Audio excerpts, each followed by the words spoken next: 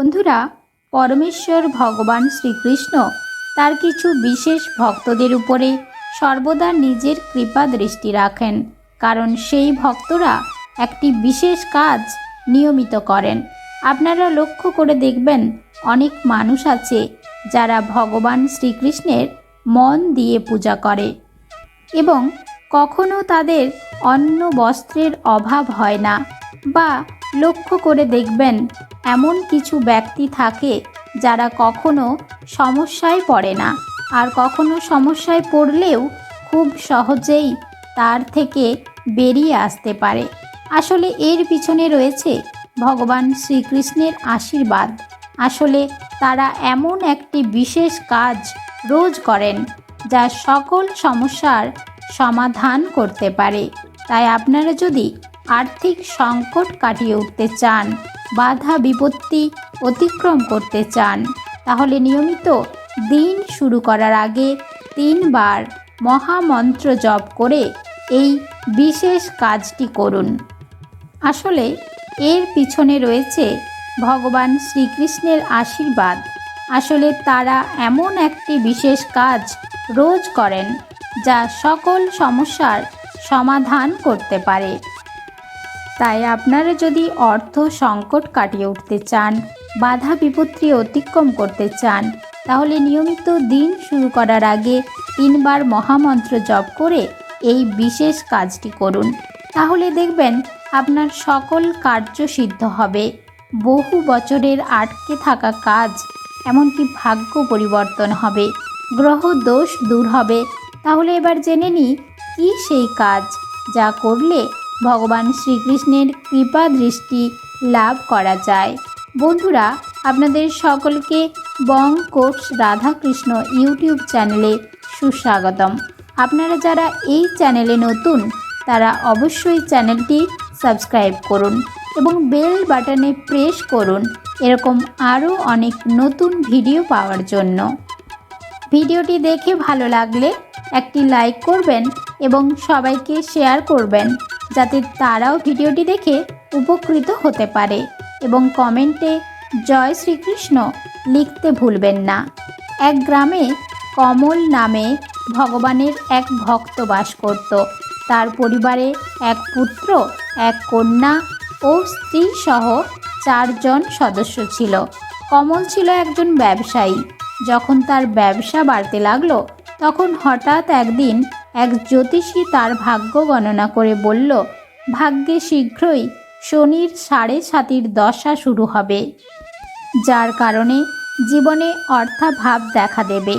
এমনকি আপনি সব হারিয়ে নিঃস্ব পর্যন্ত হয়ে যেতে পারেন। আর হলেও ঠিক তাই। সেই জ্যোতিষীর কথা অনুসারে কমলের ব্যবসায় চরম অবনতি হলো।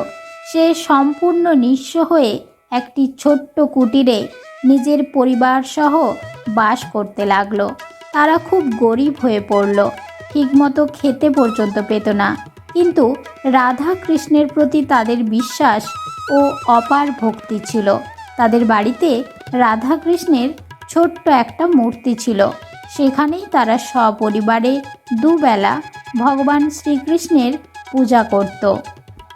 এমনই একদিন ভোরবেলা ভগবানের পুজো করতে গিয়ে কমলের স্ত্রী বলল, ওগো, বাড়িতে আজ কিছুই নেই, কি দিয়ে রাধাকৃষ্ণের পুজো করব? এই শুনে কমলের খুব কষ্ট হলো।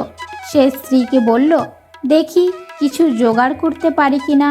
এই বলে সে বাড়ির বাইরে চলে গেল। এদিকে তার স্ত্রী এক মনে এক প্রাণে ভক্তি ভরে চোখের জল দিয়ে ভগবান শ্রীকৃষ্ণকে ডাকতে লাগলো।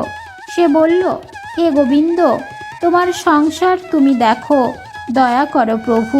এদিকে ছোট্ট ছেলে এসে বলল, মা গো, খুব খিদে পেয়েছে, কিছু খেতে দাও মা।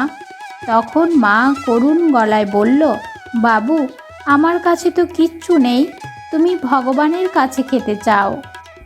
তখন ছেলেটি রাধা কৃষ্ণের মূর্তির সামনে সরল মনে বলল, হে প্রভু, আমার খুব খিদে পেয়েছে, তুমি কিছু করো ঠাকুর।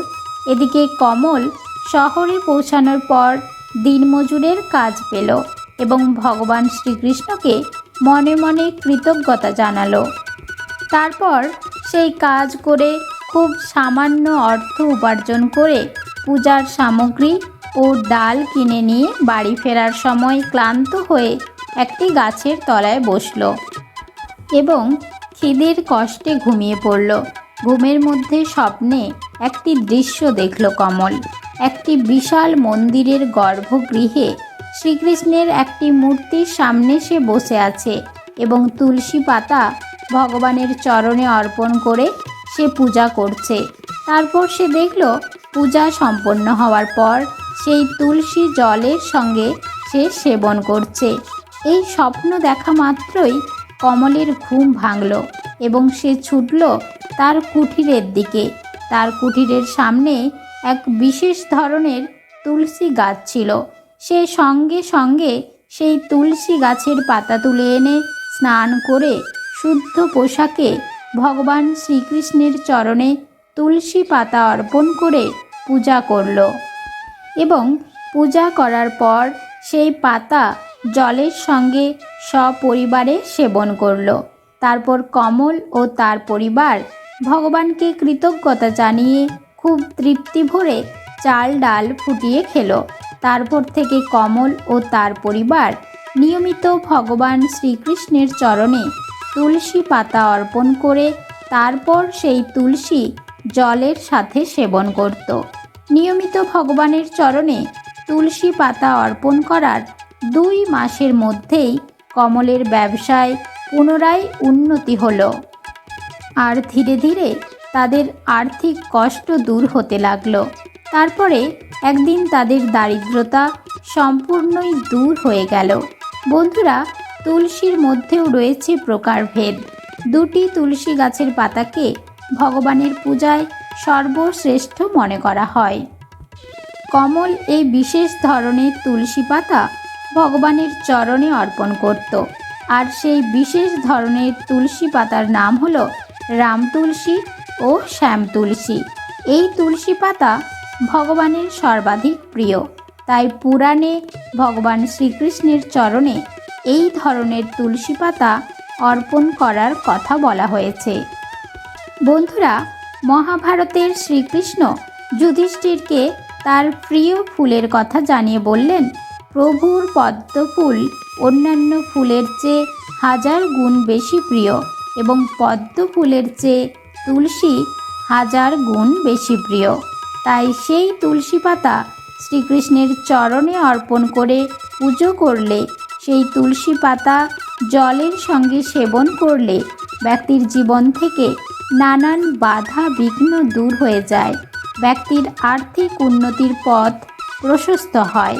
শাস্ত্রমতে নিয়মিত শুদ্ধ মনে এই একটি কাজ করলে পূর্ব পাপ ক্ষয় হয়।